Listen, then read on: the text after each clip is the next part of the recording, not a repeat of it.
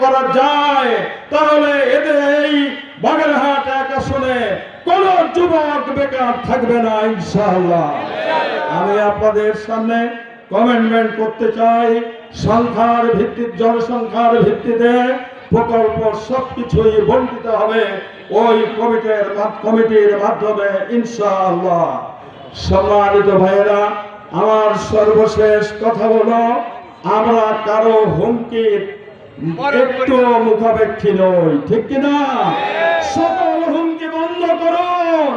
এদেশের গর্বিত সেনাবাহিনী তারাই নির্বাচনের দায়িত্ব গ্রহণ করেছে।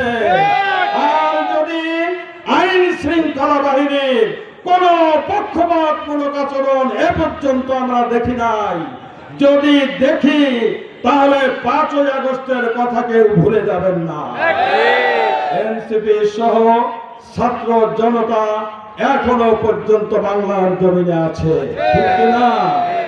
যোগ্যতার পরিচয় দেওয়ার জন্য আই হ্যাভ এ প্ল্যান। পরশুদিন ফরিদপুরে তিনি মঞ্চে জিজ্ঞাসা করলেন, আমি ইউটিউবে দেখেছি যে তিনি বলতেছেন যে এই ফরিদপুরে সোয়াবিন উৎপাদন হয়, তখন শ্রোতারা কেউ জবাব দেয় না, তাহলে কি হয় না? 3-4 বার জিজ্ঞাসা করার পরে বলছে জনগণ যে না, সোয়াবিন উৎপাদন হয় না, তাই কি হয়? কয় মুক্ত হয়। আপনারা শোনেননি? আমি কিন্তু হাজার ব্যস্ততার মধ্যে এটা শুনেছি। রাষ্ট্র পরিচালনার জন্য বাংলাদেশ এখন আগের বাংলাদেশ নাই। এতটুকু যোগ্যতা নিয়ে ওই স্বপ্ন দেখার আমরা পক্ষে নই।